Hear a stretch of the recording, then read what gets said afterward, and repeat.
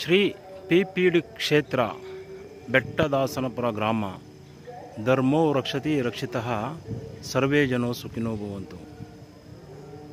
ಅಮ್ಮನವರ ಆಶೀರ್ವಾದಗಳೊಂದಿಗೆ ಇಂದು ಕ್ಷೇತ್ರಕ್ಕೆ ಬಂದು 78ನೇ ಸುತ್ತಿನ ಪಾದಯಾತ್ರೆಯನ್ನು ಕೈಗೊಳ್ಳಲಾಗಿರುತ್ತದೆ. ಇಂದು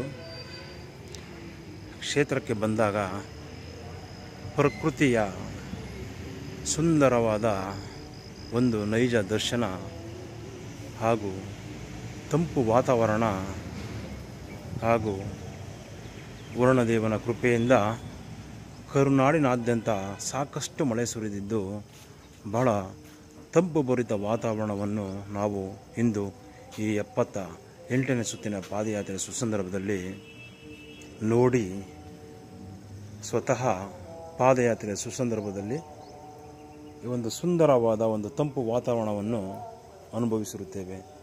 ಪ್ರಸ್ತುತ ಅಮ್ಮನವರ ಆಶೀರ್ವಾದಗಳೊಂದಿಗೆ ಕ್ಷೇತ್ರದ ಹಾಗೂ ನಮ್ಮೂರಿನ ಗ್ರಾಮ ದೇವಸ್ಥಾನಗಳಲ್ಲಿ ಪ್ರಮುಖವಾದಂತಹ ಹಾಗೂ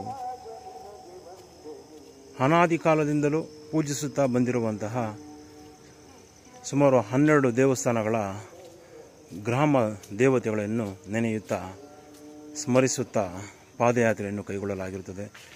ಪ್ರಸ್ತುತ ಶ್ರೀ ಪಿಪೀಡಿ ಕ್ಷೇತ್ರದ ಅಮ್ಮನವರ ಆಶೀರ್ವಾದವು ಸದಾಕಾಲ ಈ ಕ್ಷೇತ್ರಕ್ಕೆ ಬರುವಂತಹ ಸಕಲ ಸರ್ವ ಭಕ್ತಾದಿಗಳಿಗೆಲ್ಲರಿಗೂ ಸಹ ಇರಲಿ ಎಂದು ಹಾಗೂ ಈ ಕ್ಷೇತ್ರಕ್ಕೆ ಬಂದು ಅಮ್ಮನವರ ಸೇವೆಯನ್ನು ಕೈಗೊಂಡವರ ಹಾಗೂ ಪ್ರತ್ಯಕ್ಷವಾಗಿ ಪರೋಕ್ಷವಾಗಿ ಕ್ಷೇತ್ರಕ್ಕೆ ಸೇವೆ ಸಲ್ಲಿಸುತ್ತಿರುವವರಿಗೆ ಅವರ ಕಷ್ಟಗಳೆಲ್ಲವನ್ನೂ ದೂರ ಮಾಡಿ ಅಮ್ಮನವರು ಅವರ ಇಷ್ಟಾರ್ಥಗಳನ್ನು ನೆರವೇರಿಸಲಿ ಎಂದು ಈ ಪಾದಯಾತ್ರೆಯ ಸುಸಂದರ್ಭದಲ್ಲಿ ಬೇಡಿಕೊಳ್ಳುತ್ತಿದ್ದೇನೆ. ಸುಮಾರು 15 ದಿನಗಳಿಂದ ಸಾಕಷ್ಟು ಮಳೆಯಾಗಿದೆ. ಈ ಕ್ಷೇತ್ರದಲ್ಲಿ ಇರುವಂತಹ ಈ ಪ್ರಕೃತಿಯ ಪರಿಸರವನ್ನು ಹಾಗೂ ಮಳೆಯಾಗಿರುವ ಕಾರಣ ಈ ತಂಪು ವಾತಾವರಣವನ್ನು ಈ ಕ್ಷೇತ್ರಕ್ಕೆ ಬಂದು ಈ ಕ್ಷೇತ್ರದ ಸಕಲ ಸರ್ವ ಭಕ್ತಾದಿಗಳು ಅನುಭವಿಸಿ ಆನಂದಿಸಿ ಪಾದಯಾತ್ರೆಯನ್ನು ಕೈಗೊಳ್ಳಬೇಕೆಂದು ಈ 78ನೇ ಸುತ್ತಿನ ಪಾದಯಾತ್ರೆಯ ಸಂದರ್ಭದಲ್ಲಿ ಕೇಳಿಕೊಳ್ಳುತ್ತಿದ್ದೇನೆ. ಎಷ್ಟು ತಂಪು ವಾತಾವರಣವಿದೆ, ಭವಿಷ್ಯದಲ್ಲಿ ಈ ರೀತಿಯ ವಾತಾವರಣವು ಸಿಗುತ್ತದೋ ಇಲ್ಲವೋ ಯಾರು ಊಹಿಸಿರುತ್ತಾರೆ. ಶ್ರೀ ಚಾಮುಂಡೇಶ್ವರಿ ದೇವಸ್ಥಾನ ಮೈಸೂರು ಸಂಸ್ಥಾನ ಆ ತಾಯಿಯ ದರ್ಶನವನ್ನು ಪಡೆದ ಸಂದರ್ಭದಲ್ಲಿ ದೇವಸ್ಥಾನದ ಆವರಣದಲ್ಲಿ ಇದ್ದಂತಹ ಸಂಪಿಗೆ ಮರದ ಸವಿನೆನಪಿಗಾಗಿ ನಮ್ಮ ಕ್ಷೇತ್ರದಲ್ಲಿಯೂ ಸಹ ಒಂದು ಸಂಪಿಗೆ ಮರವನ್ನು ನೆಡಲಾಯಿತು. ಅದು ಸಾಕಷ್ಟು ಹೂವುಗಳ ರಾಶಿಯನ್ನೇ ಈ ಸಂದರ್ಭದಲ್ಲಿ ಬಿಟ್ಟಿದ್ದು ಶ್ರೀ ಪ್ರಿಯಾಪಟ್ಟಣದಮ್ಮ ನೂತನ ದೇವಸ್ಥಾನದ ಕುಬೇರನ ಮೂಲೆಯಲ್ಲಿ ತಂಪು ಮತ್ತು ಕಂಪು ವಾತಾವರಣವನ್ನು ಹೊರ ಹೊಮ್ಮಿಸುತ್ತಿದೆ. ಈ ಒಂದು ಪಾದಯಾತ್ರೆ ಸುಸಂದರ್ಭದಲ್ಲಿ ಸಂಪಿಗೆ ಹೂವಿನ ಪರಿಮಳವನ್ನು ಸವಿದದ್ದು ಬಹಳ ಮನಸ್ಸಿಗೆ ಆನಂದವನ್ನು ನೀಡಿತು. ಹಾಗೂ ಮಳೆ ಬಂದು ಕ್ಷೇತ್ರವೆಲ್ಲವೂ ತಂಪು ವಾತಾವರಣದಲ್ಲಿ ಸ್ವಚ್ಛವಾಗಿದೆ.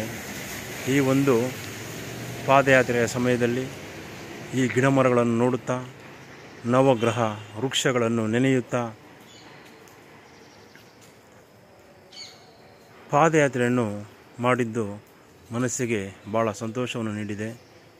ಈ ಕ್ಷೇತ್ರದ ಪ್ರತಿ ಭಕ್ತಾದಿಗಳು ತಮ್ಮ ಭವಿಷ್ಯದ ಆರೋಗ್ಯದ ದೃಷ್ಟಿಯಿಂದ ಒಂದು ಪಾದಯಾತ್ರೆಯನ್ನು ಕೈಗೊಂಡು ಮಾನಸಿಕ ಹಾಗೂ ದೈಹಿಕ ಏಕಾಗ್ರತೆಗಾಗಿ ಹಾಗೂ ತಮ್ಮ ಇಷ್ಟಾರ್ಥಗಳನ್ನೆಲ್ಲವನ್ನು ನೆರವೇರಿಸುವಂತೆ ಅಮ್ಮನವರಲ್ಲಿ ಹರಕೆ ಮಾಡುವ ಸದುದ್ದೇಶದಿಂದ ಈ ಕ್ಷೇತ್ರದಲ್ಲಿ ಪಾದಯಾತ್ರೆಯನ್ನು ಕೈಗೊಳ್ಳಬೇಕೆಂದು ಈ ಕ್ಷೇತ್ರದ ಸಕಲ ಸರ್ವ ಭಕ್ತಾದಿಗಳಲ್ಲಿ ಕೇಳಿಕೊಳ್ಳುತ್ತಿದ್ದೇನೆ.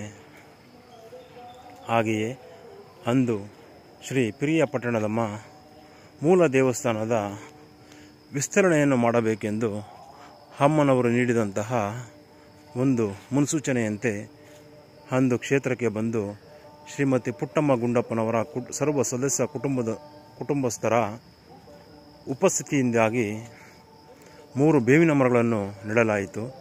ಹಾಗೆಯೇ ಶ್ರೀ ಪಿರಿಯಾಪಟ್ಟಣದಮ್ಮ ಮೂಲ ದೇವತೆಯ ದೃಷ್ಟಿಯು ದೇವಸ್ಥಾನದ ಮುಂಭಾಗದಲ್ಲಿ ಕಟ್ಟಿರುವಂತಹ ಮನೆಗಳಿಗೆ ಯಾವುದೇ ರೀತಿಯ ದೃಷ್ಟಿ ತಾಗಬಾರದೆಂದು ಒಂದು ಉದ್ದೇಶವನ್ನು ಸಹ ಇಟ್ಟುಕೊಂಡು ಮೂಲ ದೇವಸ್ಥಾನದ ಕೇಂದ್ರ ಭಾಗಕ್ಕೆ ಮಧ್ಯ ಬಿಂದುವಿನಲ್ಲಿ ಒಂದು ಬೇವಿನ ಸಸಿಯನ್ನು ನೆಡಲಾಯಿತು. ಹಾಗೆಯೇ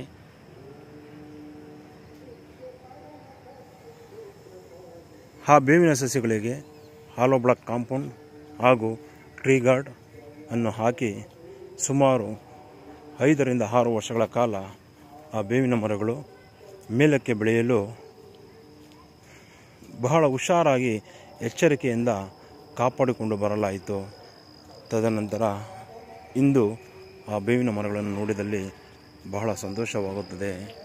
ಬೇವಿನ ಮರಗಳು ಬಹಳ ಸಂಪದ್ಭರಿತವಾಗಿ ಬೆಳೆದು ನಿಂತಿರುತ್ತವೆ.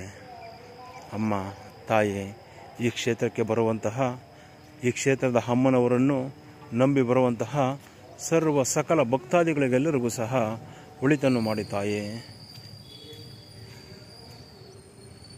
ಭವಿಷ್ಯದ ದಿನಗಳಲ್ಲಿ ಎಲ್ಲರಿಗೂ ಸಹ ಈ ಕ್ಷೇತ್ರದಲ್ಲಿ ಪಾದಯಾತ್ರೆಯನ್ನು ಕೈಗೊಳ್ಳುವಂತಹ ಒಂದು ಮನಸ್ಥಿತಿಯನ್ನು ನೀಡಿ ಅವರ ಆರೋಗ್ಯ ಮತ್ತು ಮನಸ್ಸಿನ ಏಕಾಗ್ರತೆಯನ್ನು ಕಾಪಾಡಿಕೊಳ್ಳುವಲ್ಲಿ ಯಶಸ್ವಿಯಾಗುವಂತೆ ಆಶೀರ್ವದಿಸು ತಾಯಿ ಎಂದು ಈ 78ನೇ ಸುತ್ತಿನ ಪಾದಯಾತ್ರೆ ಸುಸಂದರ್ಭದಲ್ಲಿ ಬೇಡಿಕೊಳ್ಳುತ್ತಿದ್ದೇನೆ. ಅಂದು ಈ ಕ್ಷೇತ್ರಕ್ಕೆ ಬಂದು ಶ್ರೀ ಪಿರಿಯಾಪಟ್ಟಣದಮ್ಮ ಮೂಲ ದೇವಸ್ಥಾನದಲ್ಲಿ ಶೀಟನ್ನು ಹಾಕಿ ನಂತರ ಈ ರೀತಿಯಾಗಿ ವಿಸ್ತರಣೆ ಮಾಡಿ ತದನಂತರ ನೂತನ ದೇವಸ್ಥಾನದ ಆವರಣದಲ್ಲಿ ವಿಶಾಲವಾದ ಕಲ್ಲು ಹಾಸನ್ನು ಹಾಕಿದ ನಮಗೆ ಈ ಮೂಲ ದೇವಸ್ಥಾನದಲ್ಲಿಯೂ ಸಹ ಅದೇ ರೀತಿ ಕಲ್ಲು ಹಾಸನ್ನು ಹಾಕಬೇಕೆಂದು ಅಮ್ಮನವರ ಆದೇಶ ಮತ್ತು ಮಾರ್ಗದರ್ಶನದಂತೆ ಜ್ಞಾನೋದಯವಾದ ನನಗೆ ತದನಂತರ ಈ 3 ಬೇವಿನ ಮರಗಳನ್ನು ನೆಟ್ಟು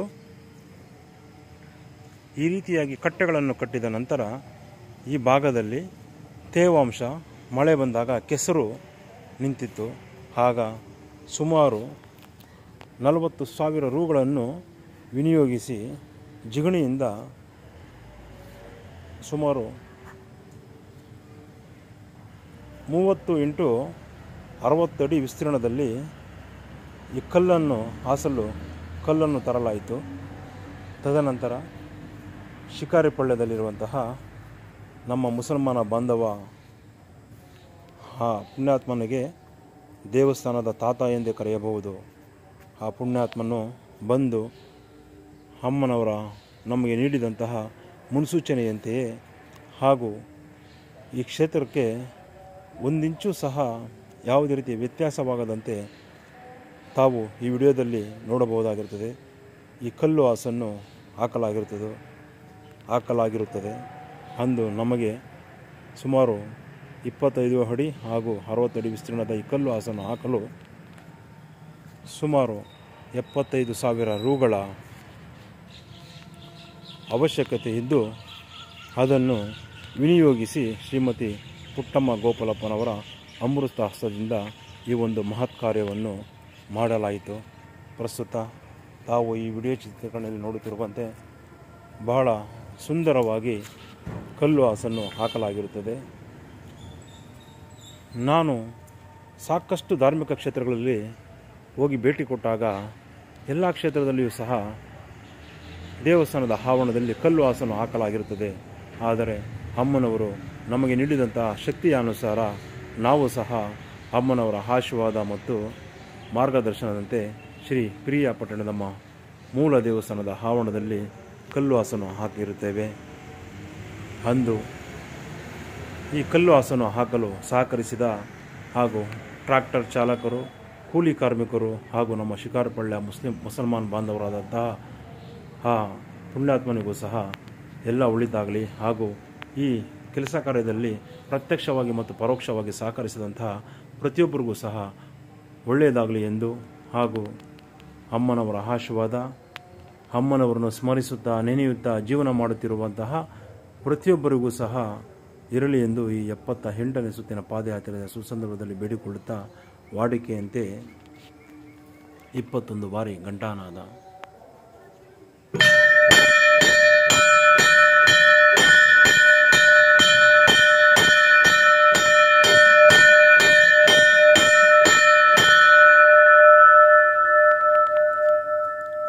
ಅಮ್ಮ ತಾಯಿ, ಶ್ರೀ ಪಿರಿಯಾಪಟ್ಟಣದಮ್ಮ ತಾಯಿ, ಶ್ರೀ ಚಾಮುಂಡೇಶ್ವರಿ ಮಹಾಮಾತೆ, ಶ್ರೀ ನಾಗದೇವತಾ ಮಾತೆ, ಈ ಕ್ಷೇತ್ರಕ್ಕೆ ಬರುವಂತಹ ಸಕಲ ಸರ್ವ ಭಕ್ತಾದಿಗಳಿಗೆಲ್ಲರಿಗೂ ಸಹ ಆಶೀರ್ವದಿಸಿ ಅವರ ಕಷ್ಟಗಳೆಲ್ಲವನ್ನು ದೂರಾಗಿಸಿ ಅವರ ಇಷ್ಟಾರ್ಥಗಳೆಲ್ಲವನ್ನು ಸಹ ನೆರವೇರಿಸು ತಾಯಿ ಎಂದು ಈ ಮೂಲ ಶ್ರೀ ಪಿರಿಯಾಪಟ್ಟಣದಮ್ಮ ತಾಯಿಯ ಪಾದಾರವಿಂದದಲ್ಲಿ ನೆಲೆ ನಿಂತಿರುವಂತಹ ಸಪ್ತ ಮಾತೃಕೆಯರ